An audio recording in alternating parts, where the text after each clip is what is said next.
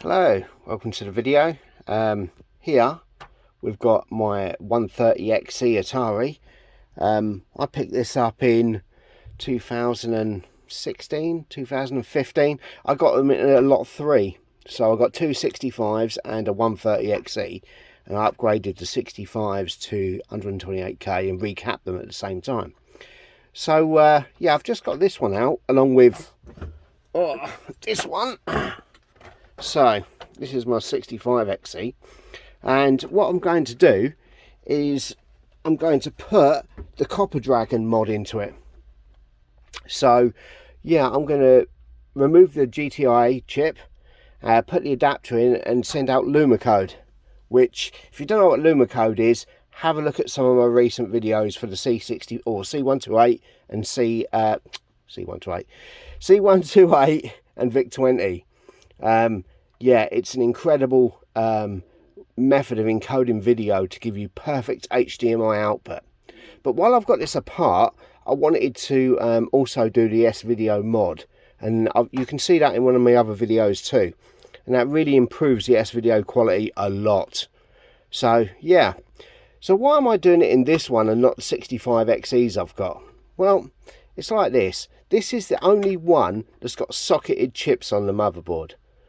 I don't know what Atari was playing at, but they seemed to just nail everything straight to the board, and they didn't like sockets. So yeah, it's a bit piss poor really. So I'm going to use this one.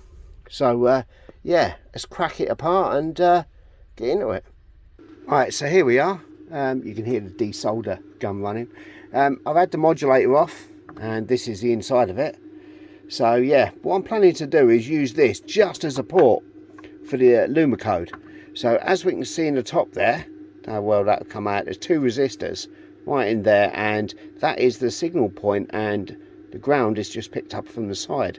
So I'm going to actually refit this, but I've severed the pins off the back, so it's literally just going to act as a port.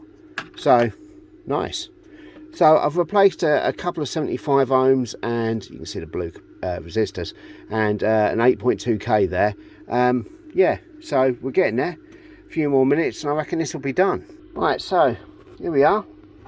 The video mod's done. As you can see here, I've fitted a tantrum to the bottom of the capacitor, to the bottom of the transistor going across there, and I fitted a few new resistors in place.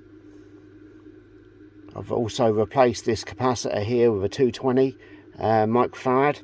So I've taken this out and I've put it back in. It's severed from the motherboard, but I've got two flying leads going down to DuPont connectors, and what that's going to do is just bend around here and plug into the GTIA there.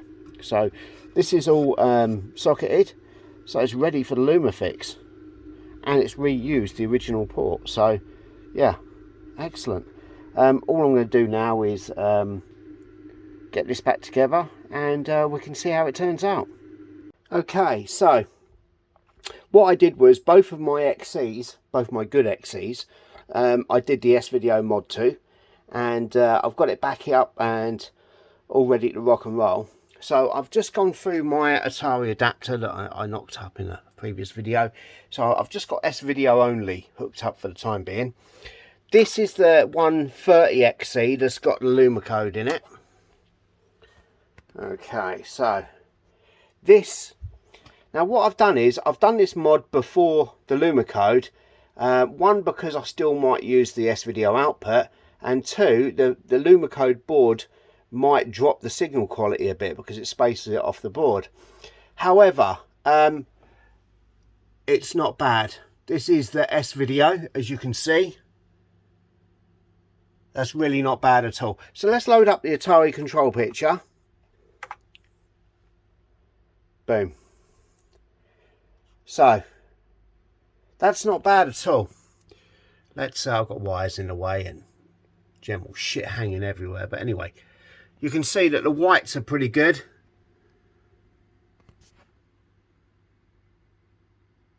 A little bit of flare there, but that picture is far less oversaturated than before. Normally the right hand side is an absolute fucking mess. So yeah, this SVIDEO mod, that really does the job. So now that's done, let me power down and get set up for the Lumacode. Okay, so here we are. The GTIA is all hooked up, and I've got a bit of a problem.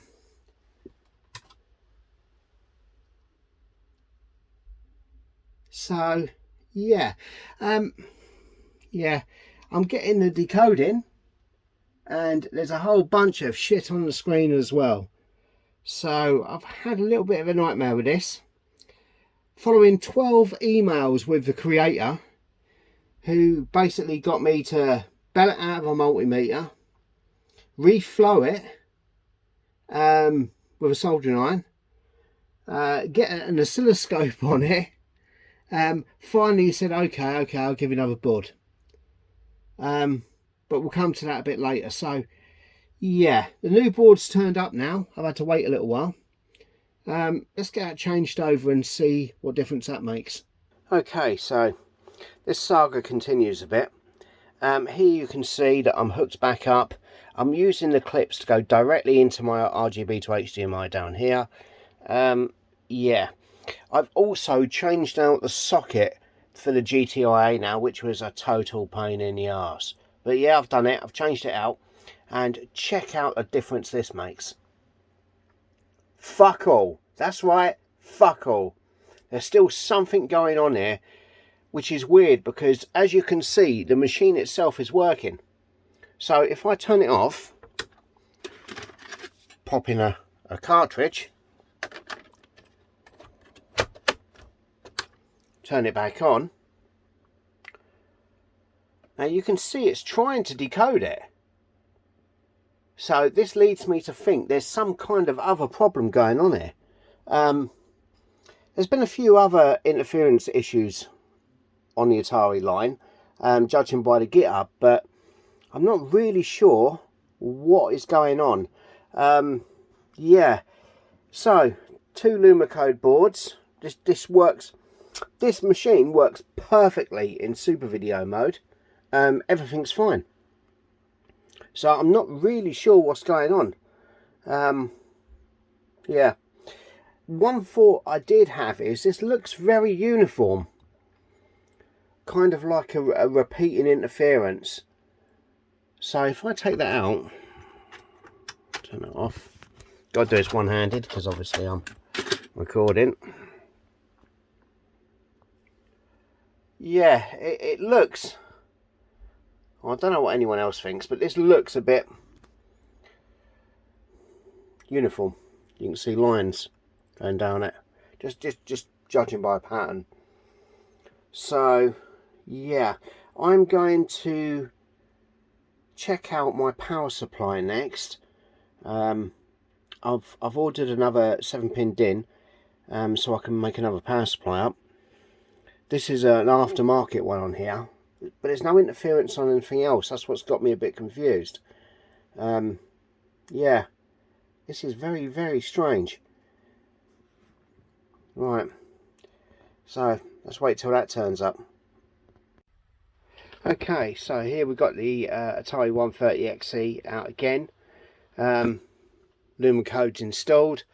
As you can see, I'm clipped onto the cable to the RGB to HDMI.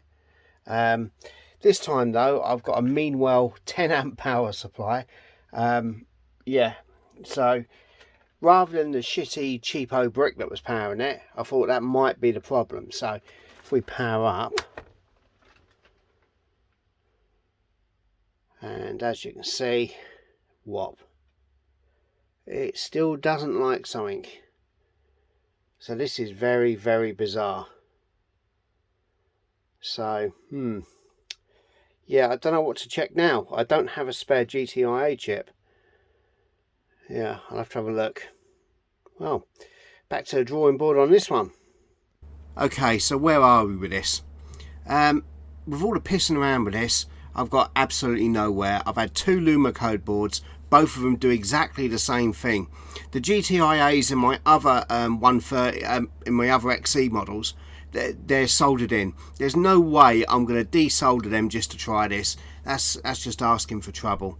Getting spare GTIAs as well is an absolute pain. If you can find them, they're really expensive. So yeah, I'm going to have to put this to one side and just take the loss on the GTIA Lumacode. It's a shame because the C128 and VIC-21s are absolutely fucking bang on. They're really nice. But this is just an abortion. I can't get it to go.